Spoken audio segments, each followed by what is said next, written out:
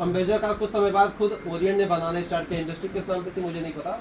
और आज भी कुछ कंपनियों के कुछ कार के ऑटो स्पेयर पार्ट ओरिएंट ही बना के देती है। अम्बेजर कार उस समय जो आती थी वो ओरिएंट ब्रांड, ओरिएंट की वो अम्बेजर कार थी, जिसको मैंने अभी बताया कि ऑटोमोबाइल इंडस्ट्री थी। तो ये ऑलरेडी 1967-68 में 4-5 इंडस्ट्री में अपना कारोबार कर रहे थे, ठीक है। तो इनको माइनिंग का टेंडर मिला, और उसके बाद जितनी एल्युमिनियम की माइनिंग होती है, कॉपर की माइनिंग होती है, इनको हिंडाल्को नाम से इन्होंने अपना माइनिंग का टेंडर जो भी था भरा। उसके बाद ये माइनिंग का सरकार ने इनको काम दिया, ये माइनिंग का काम स्टार्ट किया इन्होंने। अब हम लोग बात कर लेते हैं अपने बिजनेस की। ये तो ओरिएंट के बारे में हो गया। ओरिएंट सर देखिए पहली ऐसी कंपनी है जिसने हिंदुस्तान में आज़ादी से पहले सबसे पहला इलेक्ट्रिकल इक्विपमेंट बनाया। वो क्या था? पंखा। अपना 1939 में कंपनी ने अपना पहला पंखा बनाया, वो भी अपनी मशीन। मतलब ये भी नहीं कि ईस्ट इंडिया कंपनी में मसाले बनते थे तो कोई इलेक्ट्रिकल इक्विपमेंट से कोई दूसरी विदेशी कंपनी थी। ओरिएंट ने अपनी खुद की कंपनी में अपना पहला पंखा, हिंदुस्तान में सबसे पहला इंडियन पंखा ओरिएंट ने ही बनाया। 1939 में कंपनी ने पंखा बनाना स्टार्ट किया। नहीं प्लास्टिक वाला एनर्जी ड्रिंक 1997 में सारे उतार चढ़ाव है कंपनी वापस कर देना मेरे वही प्लास्टिक वाला बोतल। हाँ वही प्लास्टिक और एनर्जी ड्रिंक दोनों में नहीं, कभी एंकर आ जाता है, कभी बिगाड़ आ जाता है, कोई पिलवा देते हैं। 1939 में कंपनी ने पंखा बनाना स्टार्ट किया। 1961 तक कंपनी अकेले एक छत्र राज करती रही। 61 में एक कंपनी आई एंकर, फिर उसने सारा तार, स्विच बोर्ड, पंखा, लाइटिंग जो भी उस समय था, कंपनी ने सेम टू सेम वो काम स्टार्ट किया। तो 1967-68 तक कंपनी एक छत्र एंकर का राज हो गया था। ओरिएंट ऐसा नहीं था बाजार से बाहर थी, लेकिन ये था 100 रुपए के बाजार में 70 रुपए दूसरा ब्रांड बिक रहा था, 30 रुपए ओरिएंट बिक रहा था। तो ऐसे बहुत सारे उतार चढ़ाव आते रहे। कंपनी कभी अंदर हुई, कभी बाहर हुई, कभी 100 रुपए का माल बेचा, कभी 50 रुपए का माल बेचा। तो समय बढ़ता है तो ये होता है कि आदमी भी कुछ नई चीज़ें होता है। जैसे आज साइकिल से चल रहे थे, कल मोटरसाइकिल से, फिर कार आ गई, तो सेम यही चीज़ें थी। तो पंखे से लाइटिंग पे आए। पहले घरों में तार एल्युमिनियम से ही वायरिंग हो जाती थी। पहले वो ऐसे घूम के तार नहीं जाता, तो पहले वो तार सीधा ऐसे सीधा निकल जाता था।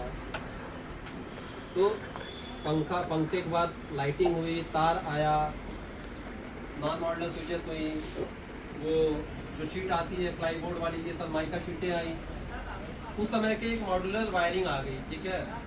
तो कंपनी सिर्फ पंखा बना रही थी। अब बाजार में तो सिर्फ पंखे से तो काम होता नहीं है, तो कंपनी ने लाइटिंग बल्ब जो उस समय आते थे, ठीक है, उस समय जितनी लाइटिंग की रेंज होती थी, कंपनी ने अपना एक भरपूर प्रयास किया कि बाजार में जितनी मैक्सिमम जितनी डेकोरेटिव जो भी लाइटिंग आती, कंपनी ने नए सिरे से एक प्रयास किया, तो लाइटिंग की रेंज के साथ बाजार में फिर आई। उसके बाद एक पंखा आता था PSPO। जैसे टाटा बाजार से बाहर हो गई थी, इंडिका और ये सब बेच के, तो कंपनी नए सिरे से आई, नेक्सॉन, थियागो, ये सब नई रेंज लेके आई, तो बाजार में आज के डेट में बनी हुई है। वैसे ही कंपनी ने एक PSPO पंखा बनाया। 2013-14 तक वो PSPO पंखा चल रहा था। जितने लोग पुराने अगर होंगे, जैसे सर बैठे हुए हैं, वो PSPO पंखा जानते होंगे।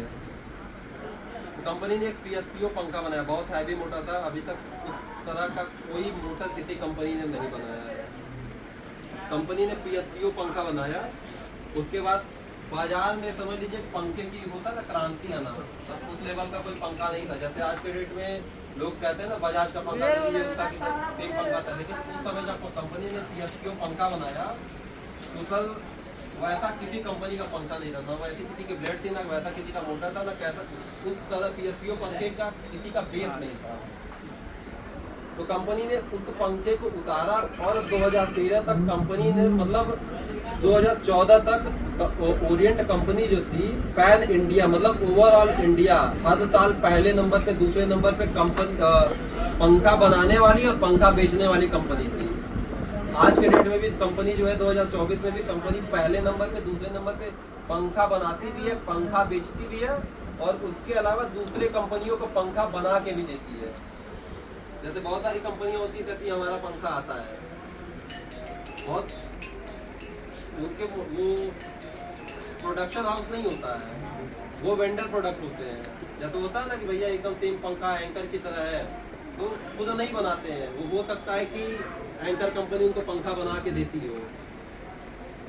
तो आज के डेट में ओरिएंट कंपनी जो है वो 40 कंट्री में अपना पंखा सप्लाई करती है। कंट्री में बता रहा हूँ, ओवरऑल कंट्री 40 कंट्री में पंखा सप्लाई करती है, और 14 कंट्री में इनका अपना मैन्युफैक्चरिंग हब है। मतलब 14 कंट्री में पंखा बनाते हैं, वहाँ बेचते भी है, यहाँ भी सप्लाई देते हैं, और यहाँ जो बेचते हैं वो अलग चीज़ें हैं।